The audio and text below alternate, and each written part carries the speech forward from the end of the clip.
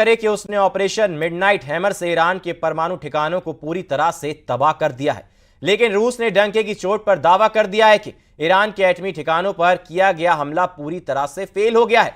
अब ऐसे हालात में ईरान जिस तरह की घातक मिसाइलों से हमले इजराइल पर कर रहा है, उससे एक सर्वनाश युद्ध की शुरुआत कर दी गई है।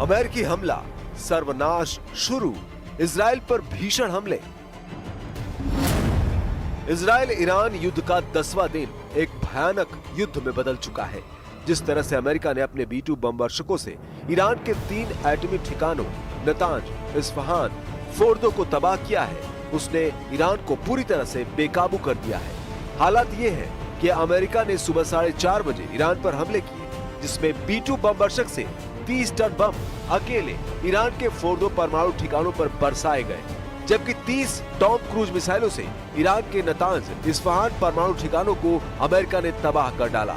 लेकिन इन हमलों के 4 घंटे के बाद से जिस तरह से ईरान ने इजराइल पर अंधाधुंध मिसाइल हमले किए हैं, उसने इजराइल को बंकर में घुसने के लिए मजबूर कर दिया।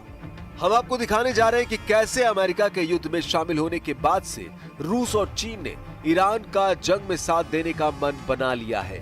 हम आपको दिखाएंगे कैसे ईरान ने 4 घंटे के अंदर 40 बैलिस्टिक मिसाइलों से हमला करके इजराइल पर जबरदस्त पलटवार किया है।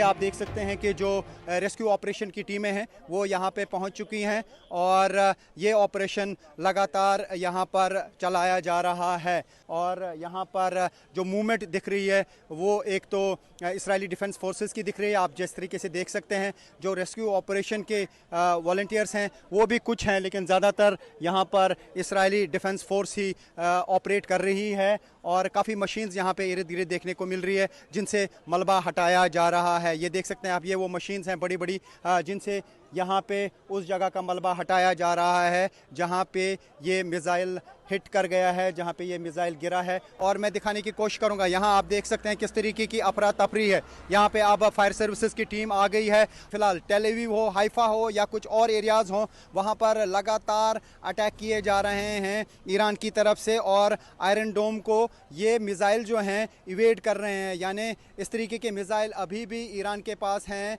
जो आयरन डोम को नाकारा करते हैं या आयरन डोम उसका मुकाबला नहीं कर पाता है। हालांकि बताया जा रहा है कि 40 मिसाइल्स लॉन्च किए गए, 40 में से 7 जो है वो निशाने पे लगे, बाकी मिसाइल्स को इंटरसेप्ट किया गया। तो ये है रियल ग्राउंड जीरो पर इजराइल में सूरत हाल। मरते दम तक जंग करेगा ईरान, खैबर शिकन से हमला। अमेरिका ने ईरान में 3 परमाणु ठिकानों पर हमला किया है। ये ठिकाने फोर्डो, नतांज और इस्फहान है। यह हमला भारतीय समय अनुसार 22 जून सुबह 4:30 बजे हुआ। ट्रंप ने ईरान पर हमले के 3 घंटे बाद देश को संबोधित किया। इस दौरान उन्होंने कहा कि ईरान की अहम न्यूक्लियर साइट्स पूरी तरह से तबाह कर दी गई है। फोर्डो पर बमों की एक पूरी खेप गिरा दी गई है। राष्ट्रपति ट्रंप ने ईरान को धमकी देते हुए कहा कि अब उसे शांति कायम करनी चाहिए। अगर वो ऐसा नहीं करता है तो उस पर और बड़े हमले किए जाएंगे।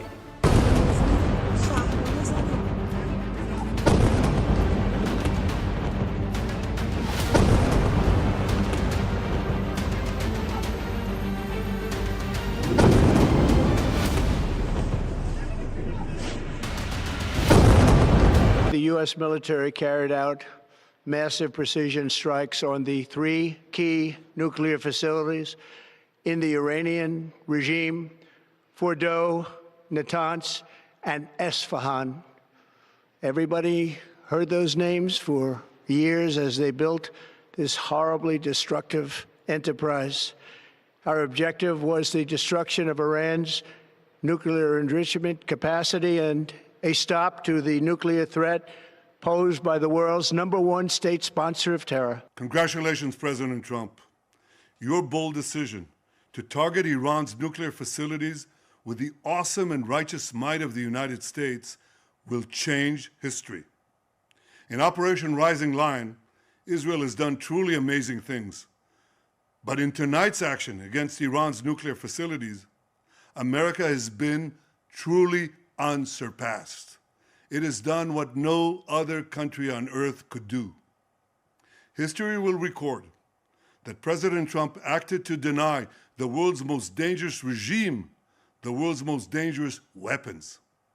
His leadership today has created a pivot of history that can help lead the Middle East and beyond to a future of prosperity and peace.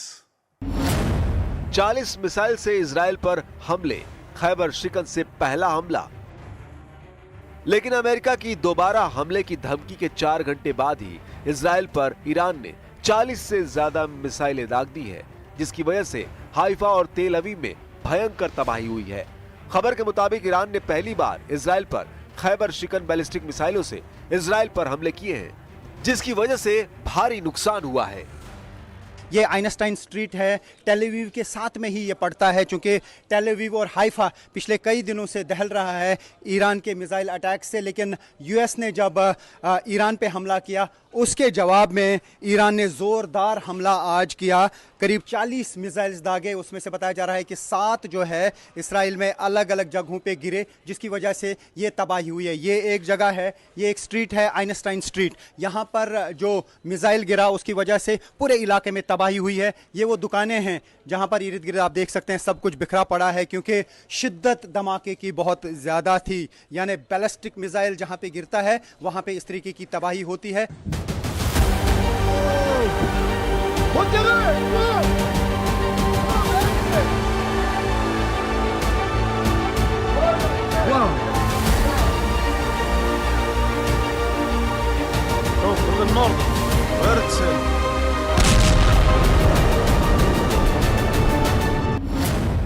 Netanyahu का दावा, जीतेगा इजराइल, ईरान का 20वां हमला शुरू।